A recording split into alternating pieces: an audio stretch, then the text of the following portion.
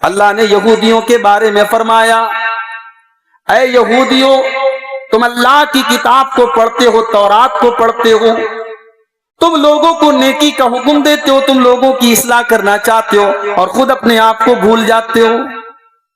پہلے اپنی اصلاح کرو۔ قرآن مجید کے 28ویں پارے میں اللہ نے فرمایا، یا ایھا الذین آمنوا لم تقولون ما لا تفعلون کبر مقتا عند اللہ ان تقولوا ما لا تفعلون۔ اے ایمان والو، تم وہ بات کیوں کہتے ہو جو کرتے نہیں ہو؟ اللہ کے نزدیک یہ بہت بڑا گناہ ہے کہ تم وہ بات کہو جو تم کرتے نہیں ہو۔ انسان کی گفتار اور کردار میں فرق نہیں ہونا چاہیے، اس کی زبان اور اس کے عمل میں مطابقت ہونی چاہیے۔ اگر معاشرے کی اصلاح کرنی ہے، پہلے اپنی اصلاح کرو۔ ارے اپنے بچوں کی اصلاح نہیں کر سکتے آپ جب تک آپ اپنی اصلاح نہ کر لیں۔ بے نمازی باپ کس منہ سے اپنے بچوں سے نماز کے لیے بولے گا؟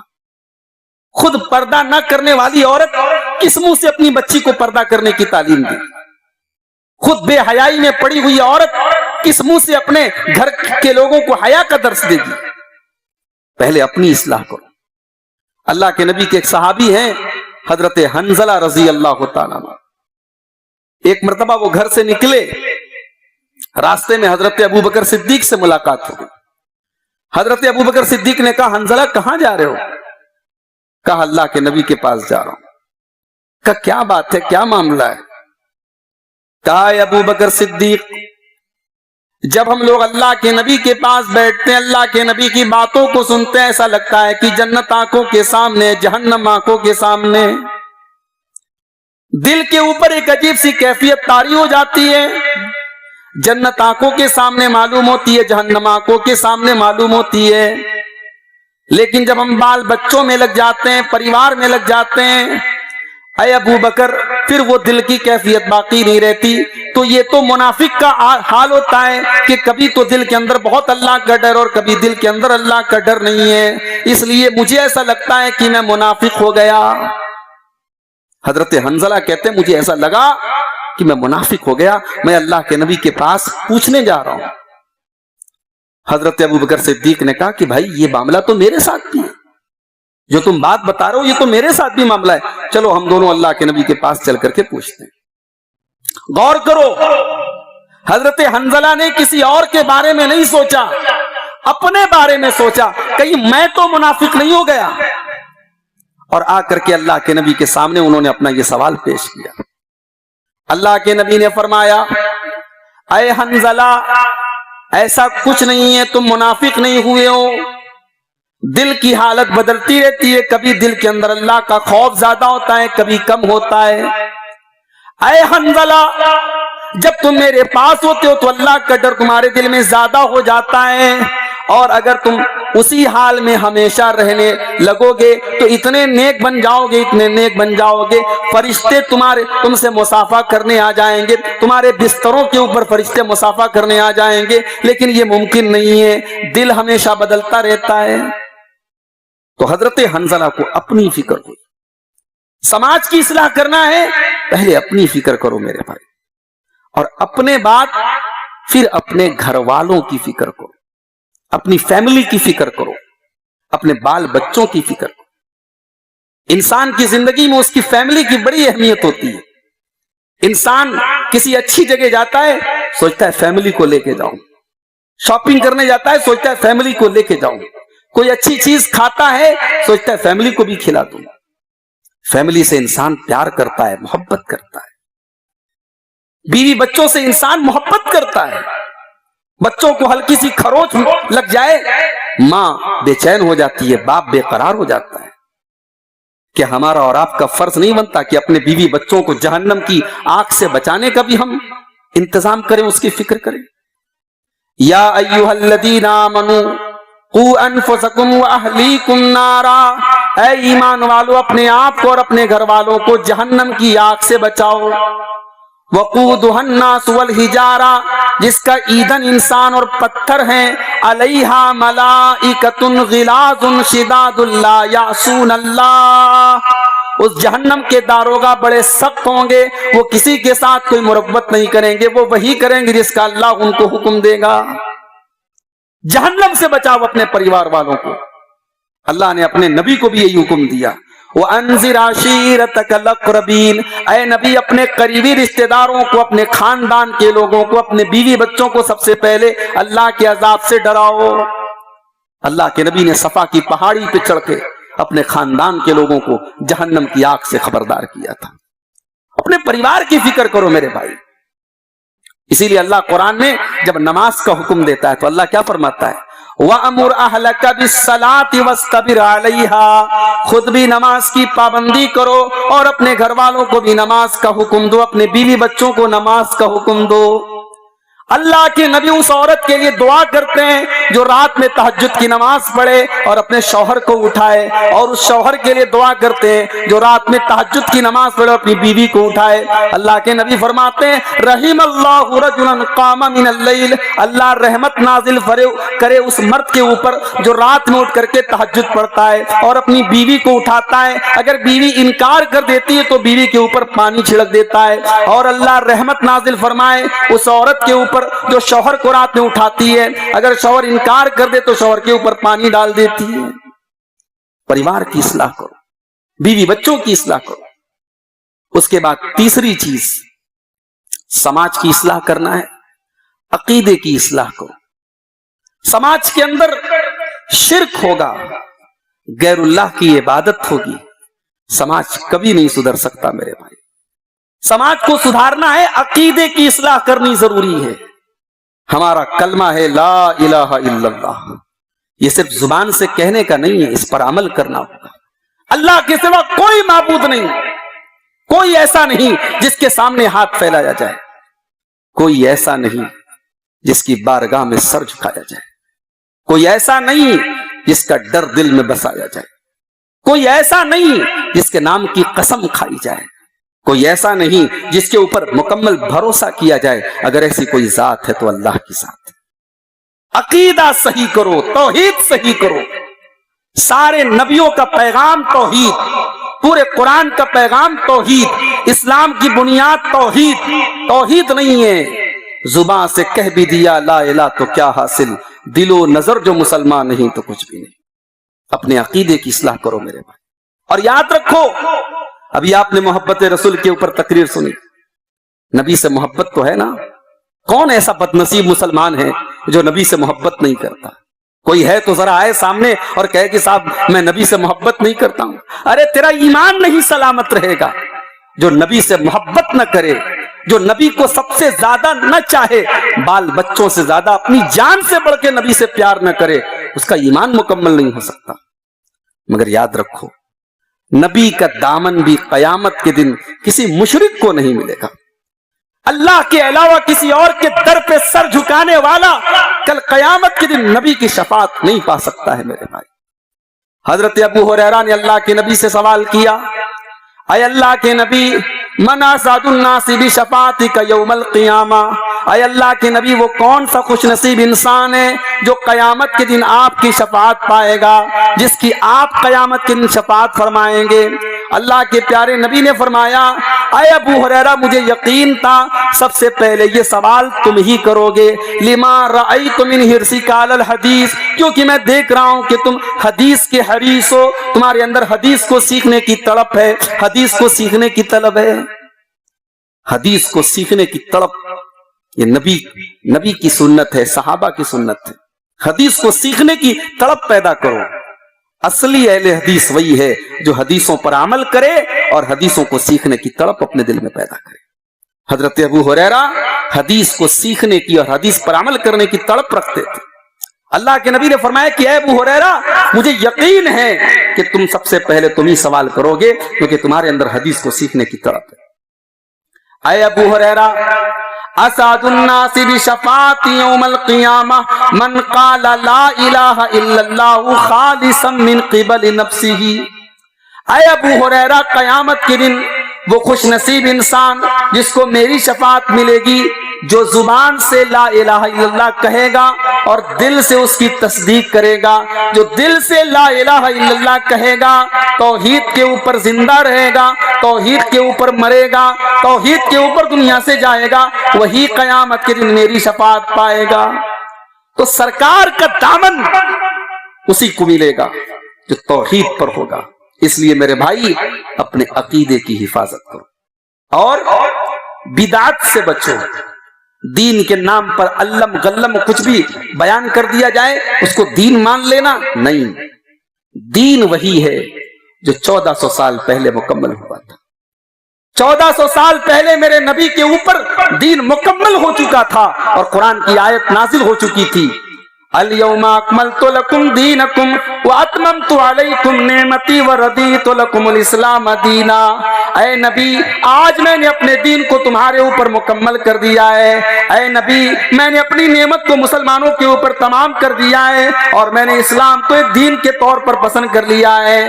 1400 سال پہلے قرآن کی یہ آیت نازل ہوتی ہے اور دین کے مکمل ہو جانے کا اعلان ہوتا ہے۔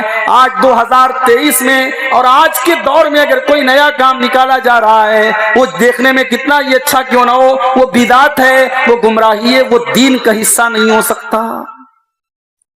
صحابہ کرام کے دور میں کچھ بدعت جب دیکھنے کو آئی، ایک مرتبہ حضرت عبداللہ ابن مسعود رضی اللہ تعالیٰ عنہ مسجد میں آئے، دیکھا کچھ لوگ گھیرا بنا کر کے بیٹھے ہوئے، ایک آدمی گھیرے کے بیچ میں بیٹھا ہے، سب کے سامنے کنکریوں کا ڈھیر رکھا ہے، وہ کہتا ہے پڑھو 100 مرتبہ سبحان اللہ، سب کنکری اٹھا کے 100 مرتبہ سبحان اللہ پڑھ رہے ہیں۔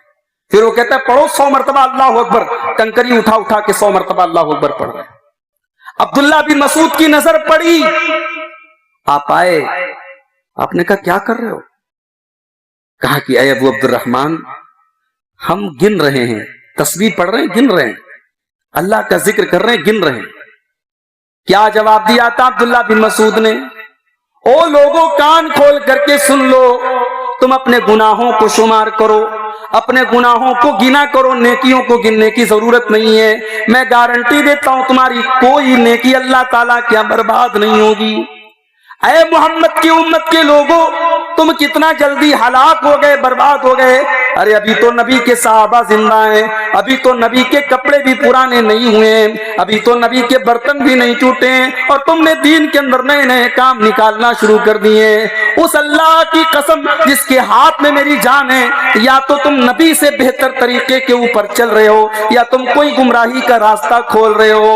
ان لوگوں نے کہا اے ابو عبد الرحمن ہم تو بھلائی کا ارادہ کر رہے ہیں، ہم تو نیکی کا ارادہ کر رہے ہیں، ہم تو اچھے مقصد کے ساتھ یہ کام کر رہے ہیں۔ حضرت عبداللہ نے فرمایا کم من مرید للخیر لن یصیبہ، بہت سارے لوگ نیک مقصد کے ساتھ، اچھے مقصد کے ساتھ کام کرتے ہیں مگر کام گڑبڑ ہوتا ہے، کام صحیح نہیں ہوتا ہے۔ اس لیے مقصد کے ساتھ ساتھ کام بھی اچھا ہونا چاہیے، کام بھی صحیح ہونا چاہیے۔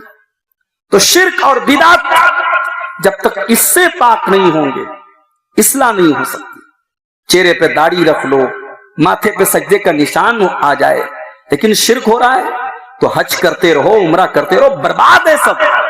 اللہ کے یہاں ہماری نیکی کی کوئی ویلو نہیں ہوگی اگر ہمارا عقیدہ گڑبڑ ہے، اگر ہم شرک کر کے دنیا سے جا رہے ہیں۔ اس لیے سماج کی اصلاح کرنا ہے تو عقیدے کی اصلاح کرو۔ اور آگے بڑھتے ہیں، سماج کی اصلاح کرنا ہے تو معاملات کو درست کر لو میرے بھائی، لین دین کو درست کر لو۔ مسلمان کی سوچ یہ نہیں ہونی چاہیے کہ پیسہ آئے جہاں سے آئے جیسے آئے، مسلمان کی سوچ یہ ہونی چاہیے حلال طریقے سے آئے، حلال طریقے سے جتنا آئے۔ پیسہ کمانے کی کوئی لمٹ نہیں، دولت مند ہونے کی کوئی لمٹ نہیں، خوب پیسہ کماؤ مگر حلال طریقے سے کماؤ، جوا کھیل کے نہیں۔ آج کل جوئے کا بڑا دور چل رہا ہے، IPL کا میچ چل رہا ہے، ہمارا نوجوان، میں نے ٹرین میں دیکھا ایک نوجوان کو لائیو میچ دیکھ رہا ہے، وہ موبائل کے اوپر لائیو میچ دیکھ رہا ہے اور کوئی ایپ آتا ہے، اس ایپ میں باقاعدہ سٹا لگایا جاتا ہے، اس اوور میں اگر 6 رن بنے گا تو 100 روپیہ مجھے مل جائے گا، 6 رن نہیں بن پایا تو 100 روپیہ مجھے دینا پڑے گا۔ جوا کھیل رہا ہے مسلمان، کتنے نوجوان ہیں لت پت ہیں اس جوئے کے اندر۔ میرے بھائی اللہ نے جوئے کو شراب کے ساتھ ذکر کیا ہے، جوئے کو اللہ تعالیٰ نے شراب کے ساتھ ذکر کیا ہے، جیسے شراب کا نشہ جلدی اترتا نہیں ہے، جوئے کا نشہ بھی جلدی اترتا نہیں۔ اور جوا جو انسان کھیلتا ہے نا، جب وہ ایک بار ہار جاتا ہے تو اپنی ہار کو جیت میں بدلنے کے لیے اور کھیلتا ہے، یا جیت جاتا ہے تو اور بڑی رقم لگاتا ہے کہ اور بڑی رقم جیتے۔ ارے جوا کھیلنے والا اپنی ماں کو ہار جاتا ہے، اپنی بیوی کو ہار جاتا ہے، اپنے بچوں کو ہار جاتا ہے، اپنے گھر کے سامان تک بیچ دیتا ہے۔ اس لیے جوئے سے اپنے آپ کو دور کرو میرے بھائی۔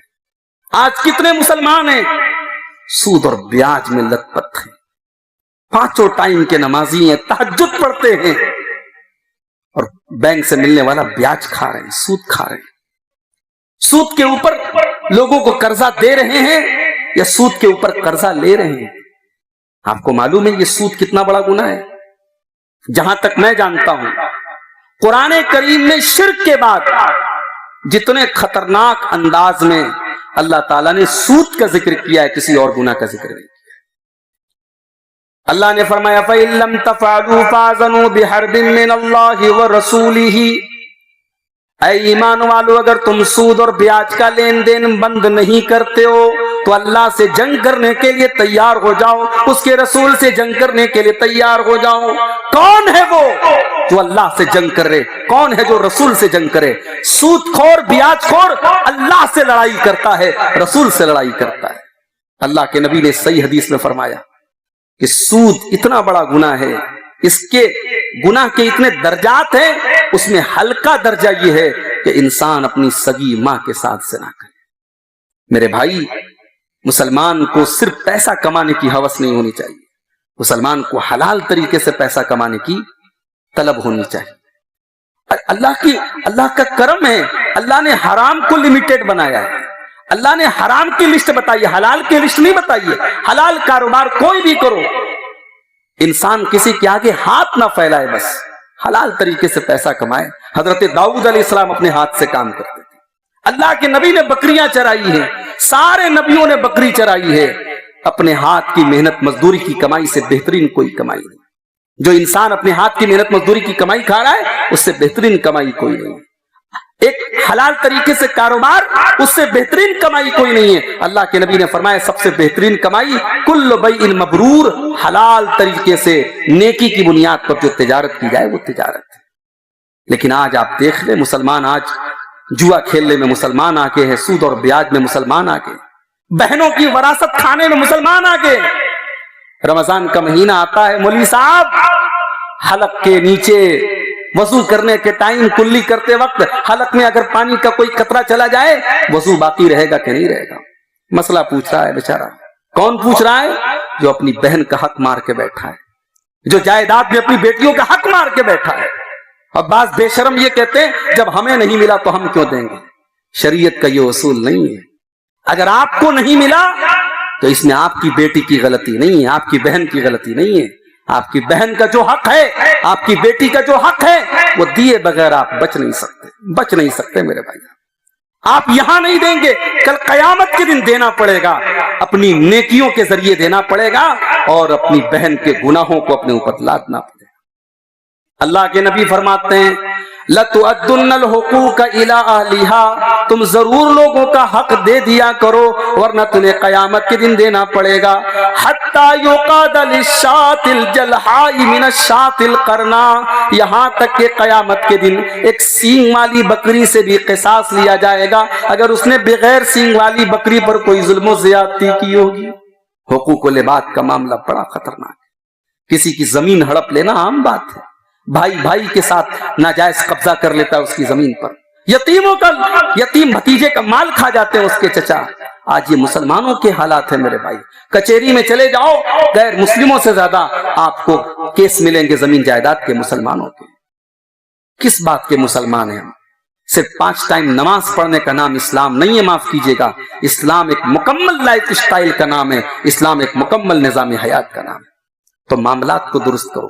اللہ کے نبی نے قیامت کی نشانی قرار دیا تھا اس کو، یاتی علی الناس زمان لا یبال المرء من این اخذ المال، قیامت کے پہلے ایک ایسا دور آئے گا لوگ پرواہ نہیں کریں گے مال کہاں سے کما رہے ہیں، امن حلال ام من حرام، حلال طریقے سے کما رہے یا حرام طریقے سے کما رہے ہیں۔ تو معاشرے کی اصلاح کرنا ہے تو معاملات کو درست کرو. اور آگے بڑھتے ہیں. معاشرے کی اصلاح کرنے کے لیے اخلاق کو درست کرو. اخلاق کیسا ہے آپ کا؟ آج ملک کے حالات آپ دیکھ رہے ہیں. ایک اسٹیٹ میں کسی پارٹی کی جیت ہوتی ہے، مسلمانوں کو نشانہ بنایا جانے لگتا ہے. ابھی ایک ویڈیو دیکھا میں نے فیس بک کے اوپر، ایک اسٹیٹ میں ابھی کل الیکشن کا رزلٹ آیا، فلاں پارٹی جیت گئی. ظاہر ہے اگر کسی بھی اسٹیٹ میں کوئی فرقہ پرست طاقت ہارتی ہے اور اس کے مقابلے میں کوئی دوسری پارٹی جیتتی ہے تو ظاہر ہے کہ ایک نیچرل بات ہے کہ انصاف پسند انسان کے دل میں یہ بات ہوتی ہے بھائی کہ جو امن اور چین کے ساتھ نظام حکومت کو چلائے ہم اس کے ساتھ ہمدردی رکھتے ہیں. یہ تو کامن سینس کی بات ہے. لیکن اب اس کے اوپر میڈیا کتنا پروپیگنڈا کر رہا ہے کہ صاحب یہ تو مسلمانوں کی جیت ہے، یہ تو اسلام پرستوں کی جیت ہے. اس میں پھر ایک ویڈیو میں نے دیکھا، اس میں باقاعدہ ایڈ کیا گیا کہ صاحب اس میں پڑوسی ملک کے زندہ باد کے نعرے لگائے گئے. کیا ہو رہا ہے؟ اس ماحول میں جب نفرت کی کھیتی دن بدن پروان چڑھائی جا رہی، ہمیں اور آپ کو اپنے اخلاق کو نہیں چھوڑنا ہے میرے بھائی. نفرت کا جواب ہمیں محبت سے دینا ہے. ہمیں اپنی زبان کو، مجھے بنارس میں کتنے لوگوں نے بتایا، ابھی ہمارے ایک ساتھی آئے ہیں بنارس سے، وہ کاروبار کرتے ہیں. انہوں نے کہا کہ مولانا بڑے بڑے مسلمان حاجی نمازی ان کے ساتھ بھی میں نے کاروبار کیا اور غیر مسلم کے ہاں بھی کاروبار کیا. مسلمان کے یہاں پیمنٹ کا ٹائم آ جاتا ہے 10 بار دوڑنا پڑتا ہے تب پیمنٹ ملتی ہے، وہ بھی بڑی مشکل سے پوری پیمنٹ ملتی ہے. غیر مسلم کے یہاں بتا رہے 7-8 سال سے کام کر رہے ہیں، بولے کبھی پیمنٹ مانگنا نہیں پڑا ہے، ٹائم کے پہلے پیمنٹ حاضر ہے، اکاؤنٹ میں پیسہ آ جاتا ہے. یہ شرم کی بات ہے میرے بھائی کہ جو اخلاق ہمارا ہونا چاہیے تھا، ایمانداری سچائی ہمارا اخلاق ہونا چاہیے تھا، آج غیروں کا وہ اخلاق ہے. ہم کیا بات کریں گے؟ ہم اپنے دین کو کیا تعریف کریں گے؟ ہم اس ملک میں کیا اسلام کی اشاعت کریں گے؟ اپنی زبان کو صحیح کرو میرے بھائی، اپنے اخلاق کو صحیح کرو. ہمارے نوجوانوں کو دیکھو، منہ میں گٹکھا ہے، بندروں کے جیسے بال ہیں، چال ان کی دیکھ لو، کانوں میں ان کے بالیاں ہیں، کسی فلمی ہیرو کی نقل ہو رہی ہے. کوئی الگ الگ پوز لے کر کے ٹک ٹاک پہ ویڈیو بنا رہا ہے، انسٹاگرام پہ ویڈیو بنا رہا ہے، یہی چل رہا ہے. اخلاق نبی والے نہیں. نبی سے محبت کا لمبا چوڑا دعویٰ ہے، نبی کے نام پہ جان دے دیں گے. ارے تو جان کیا دے گا؟ تو نبی کے نام محبت کے نام پہ داڑھی نہیں رکھ سکتا، تو نبی کی محبت کے نام پہ جہیز نہیں چھوڑ سکتا، تو نبی کی محبت کے نام پہ بارات نہیں چھوڑ سکتا. تو جان کیا دے گا؟ جان دینا اتنا آسان کام نہیں. چلے گئے وہ جان دینے والے جنہوں نے نبی کی محبت پہ جان دی تھی. حضرت خبیب رضی اللہ تعالیٰ عنہ کو دیکھو، سولی پہ چڑھایا جانے والا ہے اور آفر کیا جاتا ہے کہ اے خبیب بس اتنا کہہ دے کہ آج تیری جگہ محمد ہوتے ہم تجھے چھوڑ دیں. حضرت خبیب جواب دیتے ہیں کہ او لوگو، میں تو یہ بھی گوارا نہیں کروں گا میری جان بچ جائے اور میرے نبی کے پاؤں میں کانٹا بھی چبویا جائے. تم میری جگہ سولی پہ چڑھنے کی بات کرتے ہو، میں تو یہ بھی گوارا نہیں کرتا کہ میری جان بچ جائے اور میرے نبی کے پاؤں میں کانٹا بھی چبویا جائے. یہ نبی کے صحابہ تھے، یہ نبی کے سچے چاہنے والے تھے، یہ نبی سے سچی محبت کرنے والے تھے. ان کا اخلاق نبی کے جیسا تھا، ان کا کردار نبی کے جیسا تھا، ان کی دشمنوں کے دل پر دھاک تھی، دبدبا تھا. آج ہمارا اخلاق صحیح نہیں ہے میرے بھائی. وعدہ خلافی ہم کرتے ہیں، امانت میں خیانت ہم کرتے ہیں، دنیا بھر کا جھوٹ ہم بولتے ہیں، رشوت لینے دینے کا کام ہم کرتے ہیں. ہم جب تک اپنے اخلاق کو درست نہیں کریں گے ہماری اصلاح نہیں ہو سکتی. اور سماج کی اصلاح میں یہ ہمارے داہنے سائیڈ میں عورتوں کا پنڈال ہے، ان کا بہت بڑا رول ہے. ان عورتوں کا بہت بڑا رول ہے، کیونکہ ایک عورت ماں بھی ہوتی ہے، بیٹی بھی ہوتی ہے، بیوی بھی ہوتی ہے، بہن بھی ہوتی ہے. ایک عورت اگر صحیح ہے پورا ایک پریوار صحیح ہے. نیپولین بوناپارٹ نے کہا تھا کہ give me an educated mother, I shall promise you a birth of an educated and developed nation. Napoleon Bonaparte نے کہا تھا کہ آپ مجھے ایک پڑھی لکھی ماں دے دیجئے، میں آپ کو ایک پڑھی لکھی قوم دے دوں گا، ایک ترقی یافتہ قوم دے دوں گا. مگر کون سی پڑھی لکھی؟ یہ کالجوں اور یونیورسٹیوں میں اعلیٰ تعلیم حاصل کرنے کے بعد اگر ہماری مسلمان بہن آج غیر مسلموں کے ساتھ رنگرلیاں منا رہی ہے، ان کے ساتھ بائک پر گھوم رہی ہے، ان کے ساتھ اپنے گھر سے فرار ہو کر کے ان کے ساتھ شادی کر رہی ہے، ان کے مذہب میں داخل ہو رہی ہے، تو میرے بھائی اس کا مطلب کہ ہم نے تعلیم تو دی ہے، تربیت نہیں دی۔ ہماری بچی وہ انٹر پاس کر لیا، اس نے گریجویشن کر لیا، کالج میں پڑھنے لگی، اس کو پردہ ہم نے برقع تو پہنا دیا، لیکن برقعے کا مقصد کیا تھا ہم نے نہیں بتایا۔ اس کے دل میں حیا نہیں ڈال سکے، اس کے دل میں غیرت نہیں ڈال سکے، اس کو اس پردے کا مقصد نہیں بتا سکے۔ تکلیف ہوتی ہے میرے بھائی، جب کسی نقاب پوش لڑکی کو ہم یہ کام کرتے ہوئے دیکھتے تو ہمیں زیادہ تکلیف ہوتی۔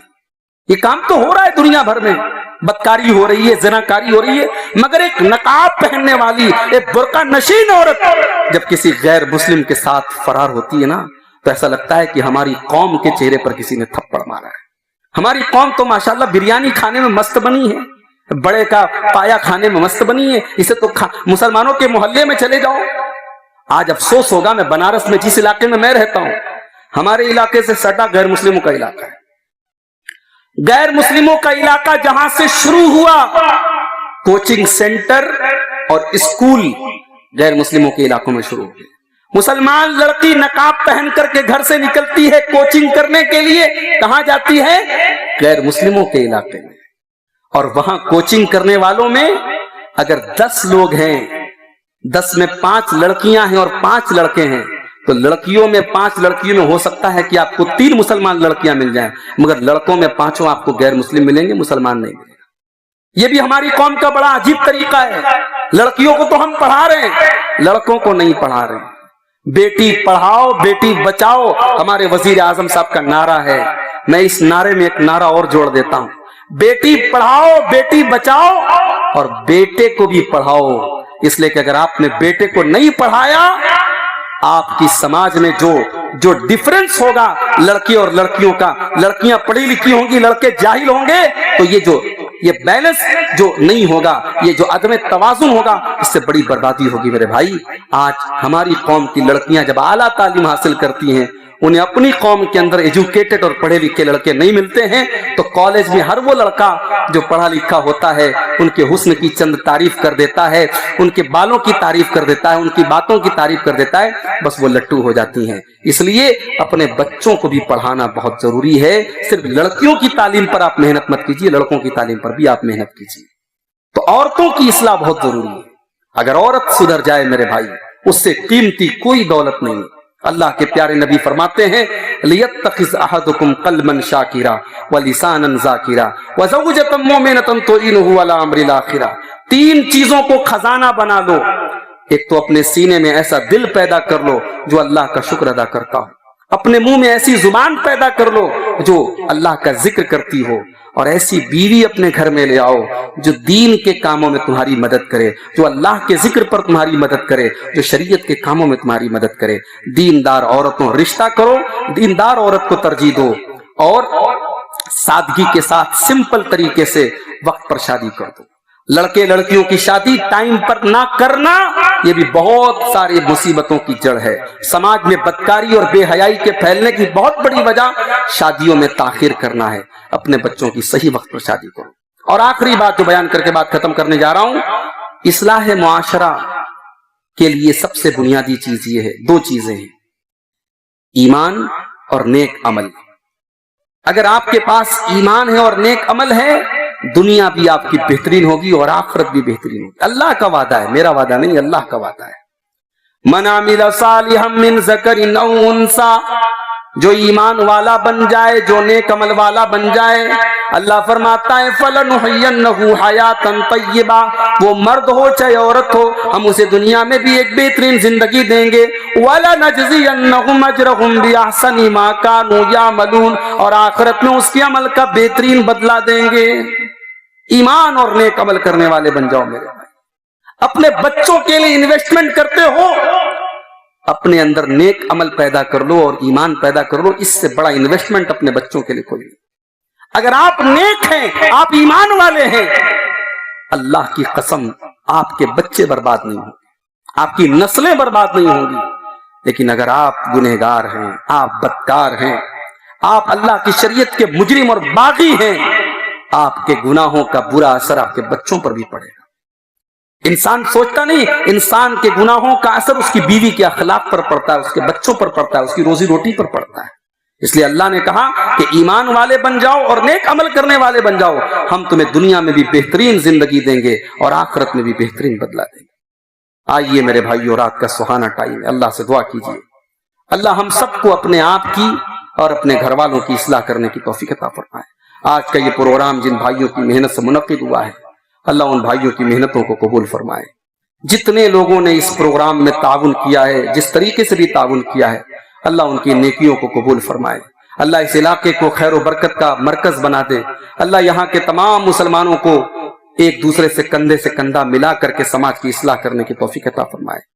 اس گاؤں میں، اس بستی میں جو لوگ بھی کسی بھی طریقے کے شرک میں لت پت ہیں، کسی بھی طریقے کی بدعات و خرافات میں لت پت ہیں، اللہ ان کو اپنے عقیدے کی اصلاح کرنے کی اور جناب محمد رسول اللہ صلی اللہ علیہ وسلم کے طریقے پر چلنے کی توفیق عطا فرمائے۔ رب العالمین ہمارے دلوں میں اپنے نبی کی سچی محبت پیدا فرما دے، اپنے نبی کے صحابہ کی، اپنے نبی کے اہل بیت کی، تمام اولیاء کرام کی، تمام بزرگان دین کی صحیح اور سچی محبت ہمارے دلوں میں پیدا فرما دے۔ رب العالمین ہمارے نوجوانوں کی اصلاح فرما دے۔ رب العالمین ہماری ماں بہنوں کی اصلاح فرما دے۔